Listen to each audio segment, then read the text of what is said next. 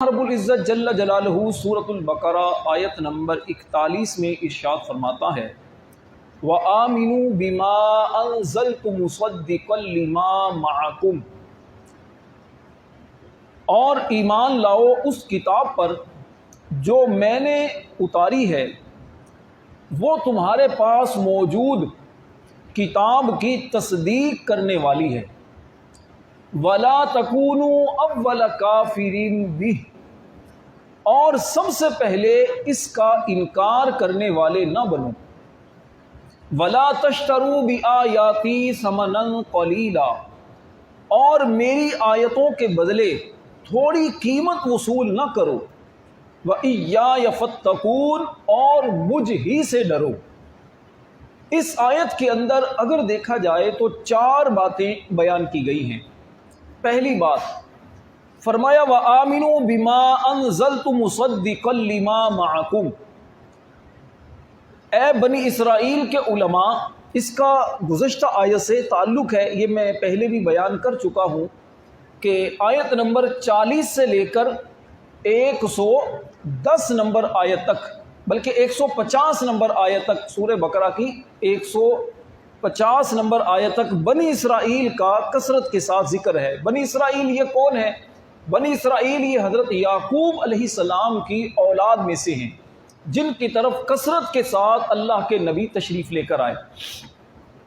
تو اب بنی اسرائیل کے علماء سے اللہ پاک ارشاد فرما رہا ہے وَآمِنُوا بِمَا أَنزَلْتُ، اور اس کتاب پر ایمان لاؤ جو میں نے نازل کی ہے، جو میں نے اتاری ہے۔ یہ کون سی کتاب ہے؟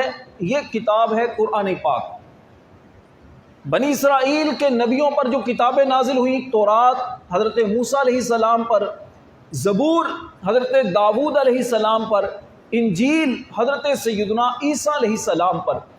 تو اللہ پاک نے ان سے فرمایا، کیونکہ قرآن کریم نبی پاک علیہ السلام پر نازل ہوا، تو اس دور کے جو بنی اسرائیل کے علماء تھے، یہودی علماء تھے، ان سے خطاب فرمایا جا رہا ہے وَآمِنُوا بِمَا أَنزَلْتُ، اس کتاب پر ایمان لاؤ جس کو میں نے نازل کیا ہے۔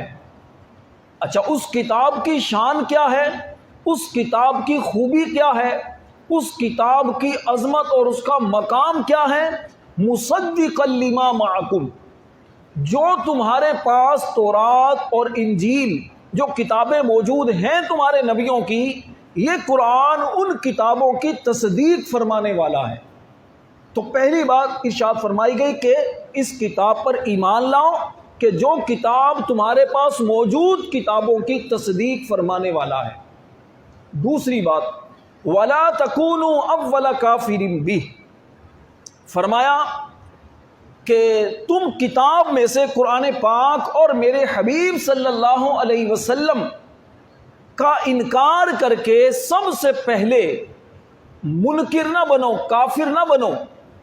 سب سے پہلے تم اس کام کا آغاز نہ کرو، گناہ کا، غلط کام کا، کہ تم کتاب کو، قرآن کو نہیں مان رہے، تورات زبور انجیل کو مان رہے ہو کہ یہ اللہ کی کتابیں ہیں، تو قرآن بھی تو اللہ کی کتاب ہے۔ قرآن کے اندر بھی تو سابقہ کتابوں کی تصدیق موجود ہے۔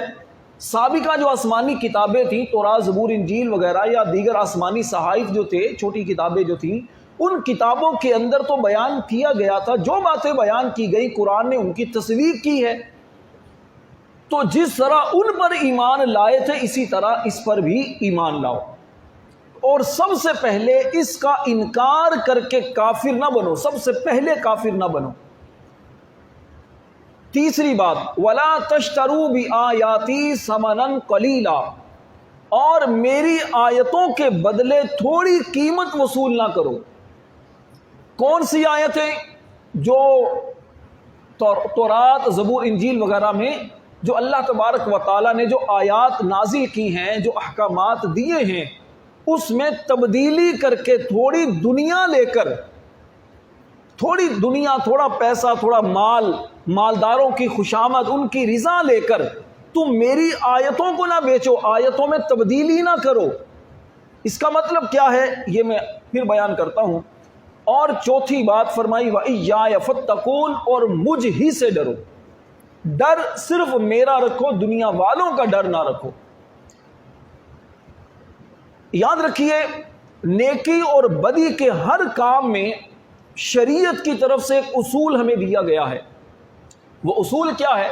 وہ اصول یہ ہے کہ جو بھی نیکی کا، بھلائی کا، اچھائی کا کام شروع کرنے والا ہے اس کو اجر ملے گا، اور اس کے عمل کے ذریعے یعنی اس کے طریقے پر جتنے لوگ چلیں گے ان لوگوں کو بھی اس کا اجر ملے گا۔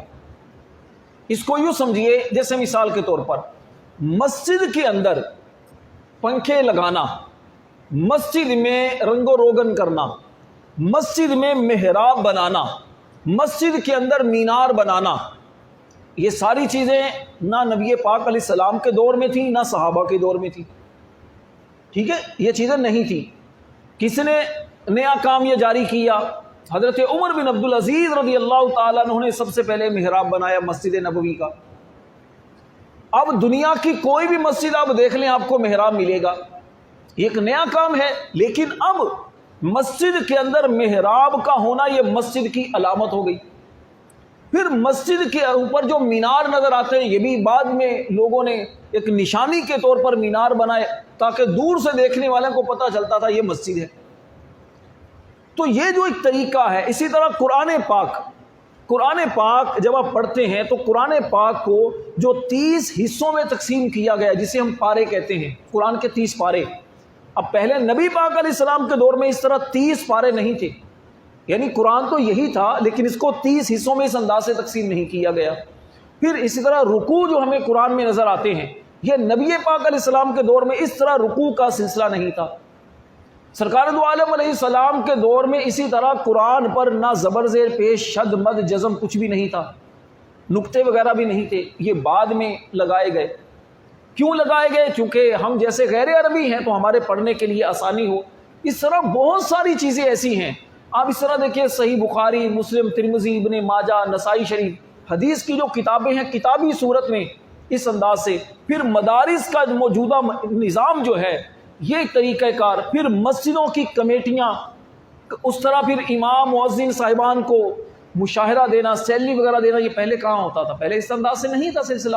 تو نیا کام ہے نا یہ، لیکن یہ اچھا کام ہے، اس میں کوئی برائی نہیں۔ اب جس نے پہلی مرتبہ یہ کام کیا اس کے لیے تو اجر ہے، اور جتنے اس کو پیچھے پیچھے چلے تو اس میں کوئی مسئلہ نہیں، سب کا ثواب اس نیا کام شروع کرنے والے کے لیے ہے۔ لیکن شرط یہ ہے کہ نیا کام اس نے جو شروع کیا ہے، دین کے اندر بھی جو نیا کام اس نے شروع کیا ہے وہ دین کے مخالف نہ ہو، وہ نبی پاک علیہ السلام کی سنت کے مخالف نہ ہو، وہ قرآن کے مخالف نہ ہو، ایسا کام نہ ہو کہ جو دین کو مٹانے والا ہو۔ ایسا کام ہوگا تو بالکل وہ غلط ہے۔ دوسرا غلط کام، یعنی اچھا کام جس نے شروع کیا وہ، اور جس نے غلط کام شروع کیا، غلط کام شروع جس نے بھی کیا تو جتنے اس کے پیچھے چلیں گے غلط کام میں، سب کا گناہ اس شروع کرنے والے کے لیے ہے۔ صحیح مسلم شریف کی حدیث پاک ہے، حضرت جریر بن عبداللہ رضی اللہ تعالی عنہ روایت کرتے ہیں، نبی مکرم صلی اللہ علیہ وسلم نے ارشاد فرمایا، جس نے اسلام میں کوئی بھی اچھا طریقہ ایجاد کیا، اچھا طریقہ جاری کیا، من سن فی الاسلام سنتا حسنتا فلہ اجرہا، جس نے اسلام میں کوئی اچھا طریقہ جاری کیا، فرمایا اس بندے کے لیے اس کا اجر ہے، اس کا ثواب ہے، اور فرمایا کہ ان کا ثواب بھی، اور اس کے بعد جو لوگ اس طریقے پر عمل کریں گے ان کا ثواب بھی اس ایجاد کرنے والے کو ملے گا، اور ان عمل کرنے والوں کے اپنے ثواب میں کوئی کمی نہیں ہوگی۔ یہ نیکی کا اصول، بدی اور برائی کا اصول کیا ہے اسی حدیث میں آگے فرمایا، اور ومن سن فی الاسلام سنتا سیئتا، اور جس نے اسلام میں برا طریقہ ایجاد کیا تو اس پر اس برے طریقے کا گناہ ہوگا، اور اس کے بعد جو لوگ عمل کریں گے ان کا گناہ بھی اسے ملے گا، اور ان عمل کرنے والوں کے اپنے گناہ میں کوئی کمی نہیں ہوگی۔ یعنی کوئی بندہ اگر غلط کام کر رہا ہے تو غلط کام کرنے پر کہ جناب اصل گناہ تو اس کو ملے گا جس نے نیا کام شروع کیا ہے، مجھے تو تھوڑا ملے گا، نہیں آپ کو بھی پورا ہی ملے گا۔ اس کی دوسری مثال، حضرت سیدنا آدم علیہ السلام کے دو بیٹے تھے، قابیل اور حابیل۔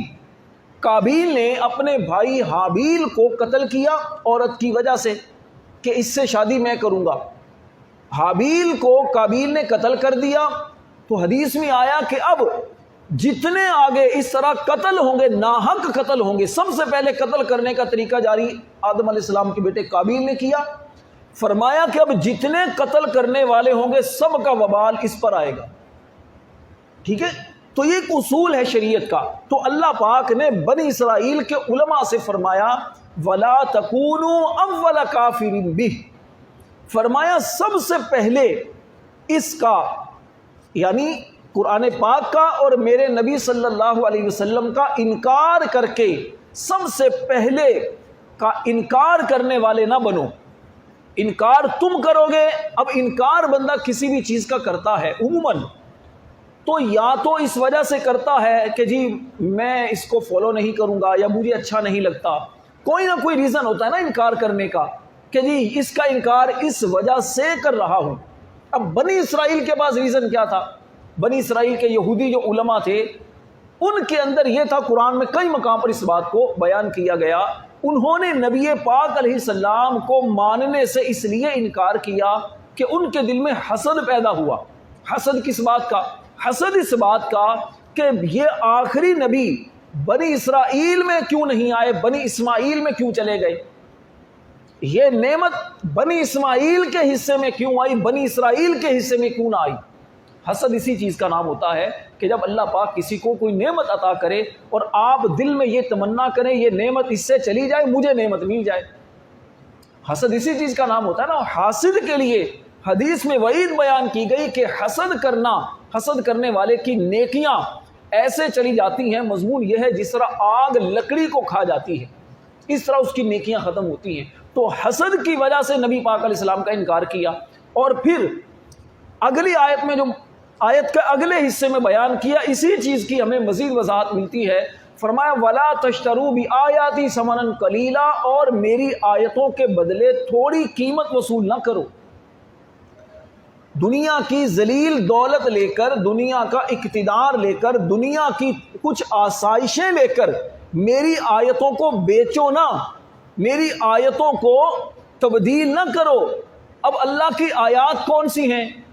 جو تورات، زبور، انجیل وغیرہ میں، تورات اور انجیل میں اللہ پاک نے نبی پاک علیہ السلام کے جو اوصاف بیان کیے، جو آپ کی خوبیاں بیان کی، ان خوبیوں کو، ان اوصاف کو یہ جو یہودی علماء تھے اس کو چھپاتے تھے۔ اچھا چھپاتے کیوں تھے؟ چھپانے کی وجہ کیا تھی؟ چھپانے کی وجہ یہ تھی کہ ان کے جو سردار تھے، ان کے جو سردار تھے تو ان سرداروں کو اپنی سرداری خطرے میں نظر آ رہی تھی کہ اگر بنی اسرائیل کے لوگ نبی آخر الزمان کے پیروکار بنے، اگر محمد عربی صلی اللہ علیہ وسلم کی پیروی کرنے والے بن گئے، اگر ان پر ایمان لانے والے بن گئے، یہ تو سردار ان کو بنا لیں گے، ہماری تو سرداری خطرے میں پڑ جائے گی۔ تو ان لوگوں نے، ان مالداروں نے یہودی علماء کو پیسہ دیا، دولت دی کہ دیکھو تم ان لوگوں کو، جو بنی اسرائیل کے یہودی جو ہیں، ان لوگوں کو گمراہ کرو، کیونکہ لوگ ہر دور کے اندر ایک بڑا طبقہ ہوتا ہے ایسا کہ جو دین کو فالو کرتا ہے، جو اپنے آپ کو مسلمان کہتا ہے، جو اپنے آپ کو مذہبی کہتا ہے، تو وہ سب سے زیادہ ترجیح دیتا ہے کہ میرا دین اس بارے میں، میرا مذہب اس بارے میں میری رہنمائی کیا کرتا ہے۔ تو ان لوگوں نے ان دنیا والوں سے پیسے لے کر ان خوبیوں کو چھپا کر بتایا کچھ اور۔ نبی پاک علیہ السلام کی جو خوبیاں بیان کی گئی تھی ان خوبیوں کو نہیں بیان کیا، بلکہ اپنی طرف سے کچھ اور بیان کر دیا۔ حالانکہ یہ جو یہودی علماء تھے نبی پاک علیہ السلام کو اتنا زیادہ پہچان چکے تھے۔ پہچان کیسے چکے تھے؟ کیونکہ ان کے پاس جو کتابیں تھیں، تورات، انجیل وغیرہ، اس میں بیان کیا جا چکا تھا کہ یہ آخری نبی ایسے ایسے ہوں گے۔ اللہ پاک نے قرآن پاک میں فرمایا یعرفون، فرمایا کہ وہ نبی آخر الزمان صلی اللہ علیہ وسلم کو ایسے پہچانتے، کما یعرفون ابناءہم، جیسے باپ اپنے بیٹوں کو پہچانتا ہے۔ جیسے یہ لوگ اپنے بیٹوں کو پہچانتے ہیں کہ یہ میرا بیٹا ہے، اس کا والد میں ہوں، اس طرح نبی کریم علیہ السلام کو یہ پہچانتے تھے، پتا تھا سب کچھ کہ یہ آخری نبی ہیں، لیکن انکار کیوں کیا؟ اگر اقرار کر لیا تو پیسہ ہاتھ سے چلا جائے گا، اگر اقرار کر لیا تو سردار جو ہیں ہمیں نذرانے دینا چھوڑ دیں گے، اگر اقرار کر لیا تو ہماری جو سرداری ہے وہ خطرے میں پڑ جائے گی، لوگ ابھی ہمارے ارد گرد رہتے ہیں، اب اگر ہم نے سچ بتا دیا تو لوگ ہم سے دور ہو جائیں گے۔ تو اللہ پاک نے ان لوگوں سے فرمایا وَلَا تَشْتَرُوا بِآيَاتِي ثَمَنًا قَلِيلًا، اور میری آیتوں کے بدلے تھوڑی قیمت وصول نہ کرو۔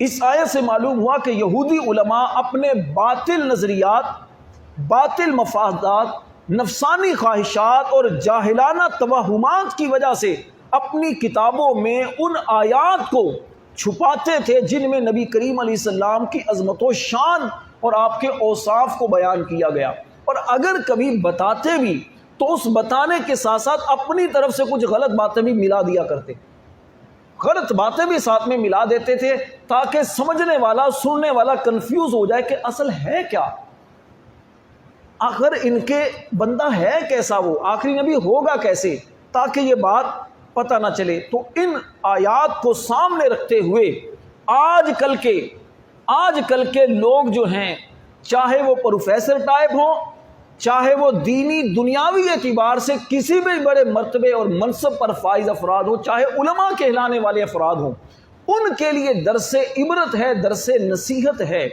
کہ قرآن پاک میں جب اللہ پاک نے نبی پاک علیہ السلام کے اوصاف کو بیان کیا، آپ کے اخلاق کو بیان کیا، تو ان آیات کو چھپائے نہ بلکہ ظاہر کریں، لوگوں کو بتائیں کہ تمہارے نبی کی شان یہ ہے، تعریف یہ ہے۔ آج بھی ہمارے زمانے کے اندر ایسے افراد موجود ہیں، ایسے لوگ موجود ہیں جو بظاہر نام تو اسلام کا لیتے ہیں، نام تو نبی پاک علیہ السلام کی محبت کا لیتے ہیں، لیکن آپ کو آیات وہ نکال کر دکھائیں گے جس میں نبی کریم علیہ السلام کو رب تعالیٰ نے خاص طور پر کچھ ترغیب دی ہے، کچھ سمجھایا ہے، کچھ تعلیم دی ہے، ان اوصاف کو، ان خوبیوں کو بیان نہیں کریں گے جس میں نبی پاک کی عظمت و شان کو بیان کیا ہے۔ مثلا قرآن پاک میں اللہ پاک نے نبی پاک علیہ السلام کے علم غیب کو بیان کیا، یہ آپ کو ان آیات کو لے کر آئیں گے، دیکھو جی ان کو تو کسی چیز کا پتہ نہیں۔ قرآن میں نبی پاک علیہ السلام کے اختیارات کو اللہ نے بیان کیا، نبی کریم علیہ السلام کے اخلاق کو بیان کیا، حضور علیہ السلام کے حسن و جمال کو بیان کیا، سب کچھ قرآن کے اندر بیان کیا، لیکن ان کی نظر پڑے گی تو ان آیات پر کہ جو آیات پہلے کی ہیں، یا جن آیات کے اندر معنی کچھ اور ہے، مطلب یہ اپنی طرف سے کچھ اور بیان کریں گے تاکہ لوگوں کو گمراہ کیا جائے۔ تو ایسے لوگوں سے بچنا یہ بے حد ضروری ہے۔ یہ یہودی علماء کا کام تھا، جو آج کل کے جو لوگ ہیں، آپ سمجھ سکتے ہیں میں کن کی طرف اشارہ کر رہا ہوں۔ آج کل کے جو لوگ ہیں یہ اس طرح لوگوں کو نبی کریم علیہ السلام سے دور کر رہے ہیں۔ علامہ اقبال نے بہت پہلے ایک لکھا تھا شکوہ جواب شکوہ، اس کے اندر علامہ اقبال نے جو مضمون لکھا اس کے اندر یہی تھا کہ شیطان کا سب سے بڑا جو ایک وار ہے، شیطان کو اور شیطان کے چیلوں کا سب سے بڑا جو وار ہے، جو سب سے زیادہ ان کو تکلیف ہے، وہ اس بات کی ہے کہ مسلمانوں کا رشتہ ان کے نبی سے توڑا جائے، ان کے نبی سے ان کے رشتے کو کمزور کیا جائے۔ جس دور میں بھی مسلمانوں نے اپنے نبی سے رشتہ تھوڑا کمزور کیا، مسلمان ذلت اور پستی کے اندر جانا شروع ہو گئے۔